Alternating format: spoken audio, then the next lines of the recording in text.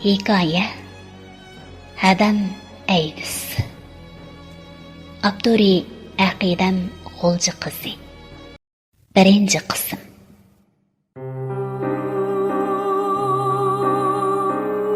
Bizning uy kuniga qartib selingan. Ko'cha tarafga qartilgan deraza naqshlarida bu uyga dadamning xeyli ajr qilganligini bilgil bo'ladi. Bizning oilada ota-ona, hadam, men to'timiz nihoyat baxtlik va xushal yashaydik.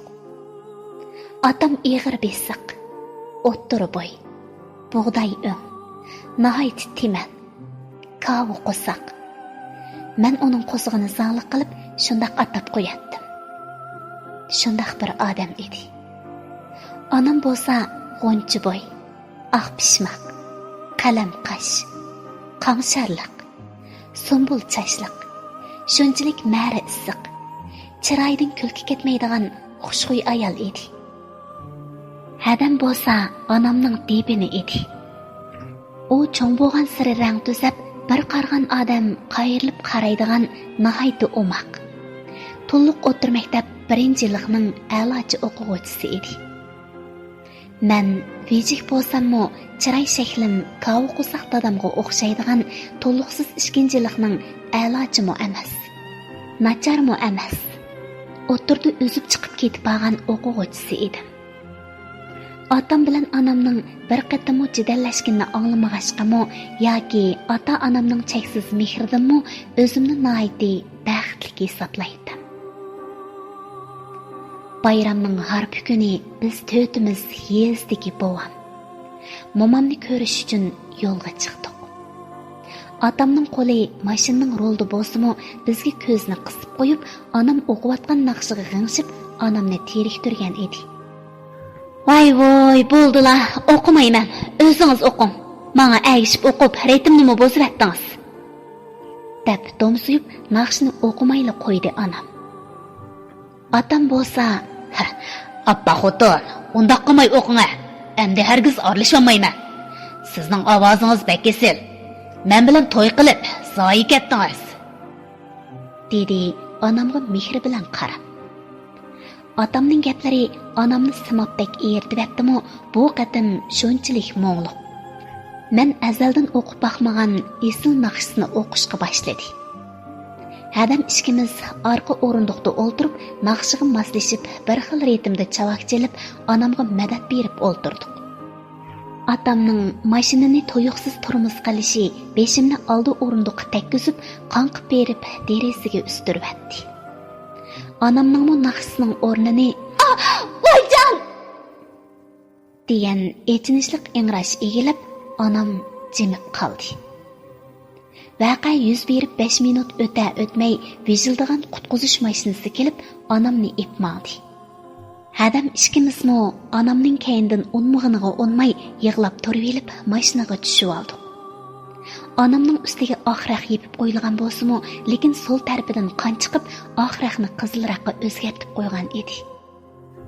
Onamning burniga men doim kinolarda ko'radigan sunniy nafaslantirgich taqalgan bo'lib, har bir chiqqan nafas doktor tutib olgan yurak tekshirish uskunasida aygir-bugiri ifodalanib turadi. Doktorxonaga keldik. Onamni yugurishib degudek jiddiy qutqizish uyiga ib kirib ketdi. Hadam ikkimiz bir-birimizni quchoqlab, yig'lab, bo'ynimizni qisib eshik oldida saqlab turdik. Ayol o'tmay otammo kelib, bizni bag'riga besib, bizga hamroh bo'ldi. Sestralarning yugurib kirib chiqishlaridan ko'nglim bir shumliqni sezgandek bo'lsa-mu, yanada yuragimdan pildirlab yenayotgan umid bu to'yg'imning xato ekanligini inkor qilib turadi. Naq 2 soat bo'lganda doktor og'zidagi maskasini elib, bir xil echingan holda: "Bak tirishdik.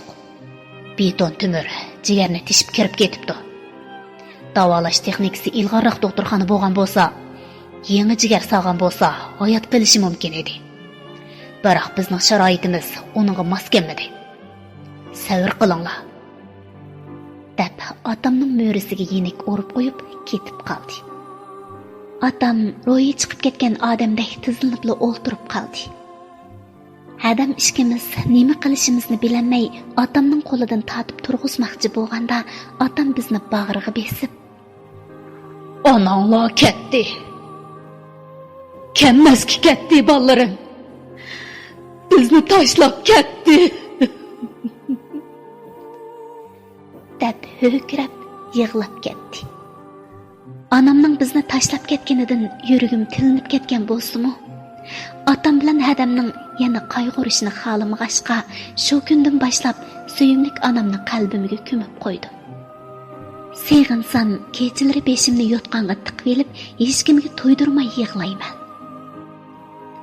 Kunlar bir-birini qo'g'lab o'tmoqda. Mana, onam tugab ketgilmi 1 yil bo'lib qopti. Onamning yil nazirini berib bo'lgandan keyin otam hadam ishkimizni chaqirib, Qizlarim, men to'y qilay degan. Rozi bo'lasizlarmi? deb so'radi. Hadam javobni bermay bo'qildab yig'lab ketdi. Mening ko'zimdan bir temimo yosh chiqmadi. Chunki men mu yig'lasam, otam bilan hadamning ko'nglining texim yerim bo'lishini xohlamadim. Biroq yuragim unsiz yosh to'kib, ish bag'rimni laqti-laqti qilib atgan edi. Buni faqat o'zimla bilardim. Otam to'y qildi. Hadam ishkimizni o'gay onaga to'ysin degandek og'zi besiqmay so'zlaydigan. Boshqalardan minnatdor bo'lishni bilmaydigan, og'irni bilan yuradigan bir sapasizni bizga ona qilib berdi. Hadam ishkimizning qon qusadigan kunlari boshlangan edi. Hadam yoshlik davriga qadam qo'yg'ashqa o'zini yasab chiroyli yuratdi. Hadamning go'zalligidan qizg'angandek bu jodiy xotin otamga mening oldimdila. Qarisilar otisi, bu cho'ng qizlarning qanot qo'yrig'iga yetilib qopti. O'zini yasab ko'chadan kirmaydigan bo'ldi. Qanjug'ishdek hamma o'g'illarga erkilab. Keyin yana bir ish chiqib qolmasin jumo. Boshqurib qo'ysizlar. dedi. Burun o'z onamning og'zidan bundoq mehnat gaplarni anglab baxmag'achqa, bu gaplar menga shundoq tetiqsiz anglandi. Ham qopig'imni to'riblar. Xonim, siz adamning shundoq qilganini o'z ko'zingiz bilan ko'rdingizmi? Nimishqa sutdimmi oq adamga to'knat qilasiz? Sizning nima maqsadingiz bor? Otamga bizni yomon ko'rsatsangiz, sizga nima foydasi? Siz ona bo'lishga keldingizmi bu uyga yoki uchimizni dushman qilishqimi? Deb ishini jaqqada yepib uydan chiqdim. Kallam qop-qo'roq. O xotinning chayqirab degan gaplarining birisimi qo'liqimga kirmadi. Anam tugab ketgandan keyin yilqi darizasi ko'chaga qaraydigan uyni hadam ishkimiz o'zimizga xos hujra qilib olgan edik. Shu hujramga kirib o'zimni karvatga tashlab shunchalik qattiq yig'ladimki, 1 yillik yeshimni biraqla to'kkandek xeyli yeniklab qoldim. Shu orliqda hadam qaytib keldi. Mening ishib qizirib ketgan ko'zlarimga qarab, "Nim bo'ldi sen ukam? Birasi bo'sa qildimi? Menga degina. Sadi nemish bo'ldi?" deb yuzimni o'ziga qaratdi. "Yo'q hadam. Onamni aslab shu" dedim. Men haqiqiy ahvolni uningda demayman. Chunki hadamning mendek azoblanishini xohlamayman. Shu yili yangi yilda hadam menga, "Ukam, yangi yilni kechada sinfda o'tkazmoqchi edik. Otamdan qandoqmi so'raman?" dedi. Men, "Hada, hargiz otamdan so'rama. Sen otam ishini taqaganda osti derizdan tushib o'ynab kelgin. Sen kelguncha uxlamay, sen kelganda derizni ichib berman" dedim. Bu gaplarimni anglab hadam xushal bo'lib, "Mening aqlli qozon bo'ladi" deb mangzimni chimdab qo'ydi. Kech kirdi. Hadamni derizdan yo'lga silib, qo'qqonimdan butun badanim titrab, bir xil qorong'ulik ichida hadamni saqlab yotmoqdiman. Butun atrof jimjit. Faqat yuragimning gupildab so'qishini anglay olaydim. o'zimning hadamning xushalligini deb ko'rsatgan aqlimdan afsuslandim. Kech soat naq 12 bo'lganda deraza tak tak tak qilib 3 qatim urildi. Men "Hada, bu senmi?" desam, "Ha, tez derazani aç" dedi. Men hadamga derazani ochib berdim. Hadam uyga kirgandan keyin yuragim joyiga tushib, shirin uyquga ketdi. Hadammo to'liq 3-yillikka chiqdi. Hadamning oliy maktabga imtihon beradigan yili bo'lsa-mu, o'zini yasashga ahamiyat berib, kitobga qaramaydigan bo'lib oldi. Yana derazdan sirtqa chiqadigan ish 3-4 qatim yuz berdi. Faqat chidamadim. Bir kuni, "Hada, onam bizdan shuni kutganmidi? Sen o'zingni yasab sirtqa chiqib, kim bilan ko'rishyapsan? Bu yil imtihon bersan. Vaqtni ching tutib, ko'proq takror qilgin. Qanchalik jafoga uchirsaqmi, tishimizni tishlab imtihondan o'tib, xizmatga chiqib olsaqla, hech kimga yelinmaymiz, hada. Men sana ishonaman." Desam, hadam, "Ma'qul, ukam, ma'qul. Gapingni anglayman." dedi-yu, yanala o'zining bilganini qilib yuraverdi. Shu yili hadam oliy maktabga o'tmay, texmi o'yin tomoshaga berilib ketdi. Bu ish o'gay onamga tepilg'usiz fursat bo'ldi. 3 vaqt tomoqni ko'tildab bizga zahar beradi. Nima deyman? Hadam bo'lgan odam tirishmay o'zini o'zi tilga qo'yib olsa. U otam degan yumshoq boshmo ishga eg'iz gap qilib xotinining zuvonini o'chirmasa. Onasiz turmush. Bundaq turmushni hech kimga ato qilmasin. Bizdek onasi yo'q yetimlarninglar beshidan o'tib ketsin. Shu mazgillarda hadamning davomli qismisi o'rlab og'rib qoladigan bo'ldi. Bu kunlarda men hadamga to'g'ri ishgizib, tamoq yegizib, holidan xabar oldim. Bir kuni men maktabdan qaytib kelsam, notunish ishga hadash otam bilan so'zlashib yetibdi. Ularning osti pichirlab degan gaplarni anglagan siri otamning yoshlari iqvatdi. Yuragini ching'ida changallab tutib olgan edi. Ishga hadash ketdi. Ular ketish bilan tang otam kala ho'kirgandek ho'kirab, o'yildagi oldiga uchirganligi hamma narsani tepib chiqib, ochchig'ini shulardan chiqarayotgan edi. Tunji qatim otamning bunda qabih holatini ko'rib qo'rqib, hujramga kirib o'ltirib oldim. Otam jimib xeyli vaqtdan keyin hadamning "Ata, men keldim" degan ovozni anglab turishimga, keyindilla hadamning "Ata, men bo'ldim. Meni qo'yib, ota" deb yig'lagan ovozni anglab, eshikdan o'qdek chiqib, otamning hadamning chetini qamollab tutib olgan qo'lini bo'shatishga boshladim. Otam meni ko'ribla, "Yaxshi bo'ldimi, ha? Hadangga tarbiya qilsam, hadam oq, soxtab hadangga chapa yapatding. Hadang aydis kasli bo'lib qopti. Oliy maktab salomatlik tekshirishdan chiqibdi. Bayatdan o ishki xonim, aydis xizmatini ishlaydigan xonimlar ekan. Ayta, endi bu yuzimizni nega ko'tarib yuraymiz? Men xalqqa olam oldida qandoq yurayman, ha?" deb yig'lab ketdi. Putqo'lim bo'shishib, lassida o'ltirib qoldi. Hadammo o'zini bilmagudek holatda garam edi. Bu uchimizning bir maydon kinosini bilassiz ko'rayotgan o'gay onam chavaqchagan holda. "Xo'p bo'pti.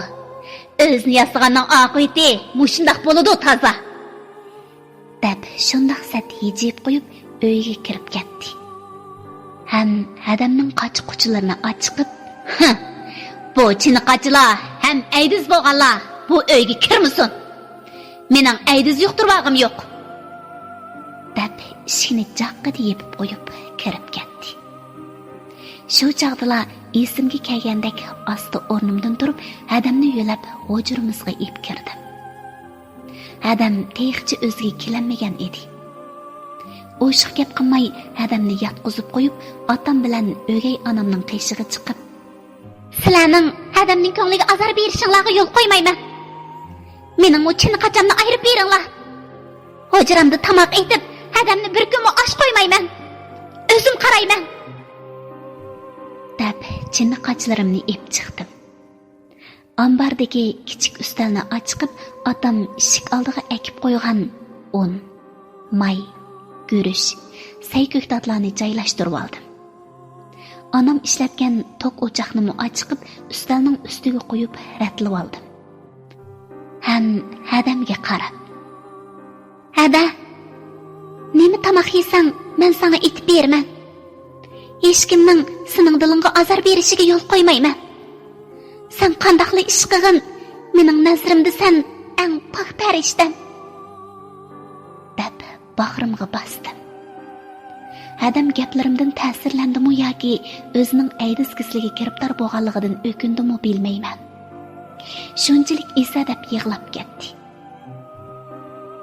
Otam hayot turib, biz bir qo'rida turib, o'gay onamning bizga ko'rsatgan ziyoda mehr shafqatining ostida uyimiz ayrildi. Xuddi qiynani kelinning tomog'ini ayirib qo'ygandek ayirib qo'ydi. Tunji kuni tamoq etib, hadam ikkimiz yolg'iz o'ltirib tamoq yedik. Ko'nglim shunchalik yerim. Hadamga chandurmaslik uchun maktabda yuz bergan qiziqarli ishlarni seri qushqashdek vechirlab so'zlab, hadamni kuldirishga tirishatdim. Mana bir hafta bo'pti. Ayrim uyga ko'nibmi qoldik. Hadamning bu chiroyiga kulki yugurganini ko'rib, yuragim azroq o'rniga tushishga boshladi. Yilqi aydis kisli fidoyilarmi doim kelib hadamning ro'yi holatini yaxshilash uchun esil leksiyalarni so'zlab, hadamga to'g'ri yuzlanish kerakligi to'g'risida madad beradi. Menga yo'qish jarayonlarini, kasallikning qadam bosqichlarida nimalarga diqqat qilib parvish qilishim kerakligini hamda dezinfeksiyalangan turmush buyumlari qatorliqlarni akilib bizni malsitmay yordam qilayotganligidan suyundim. Ham cho'qim yaxshi o'qib, men doktor bo'lish uchun bel bog'ladim.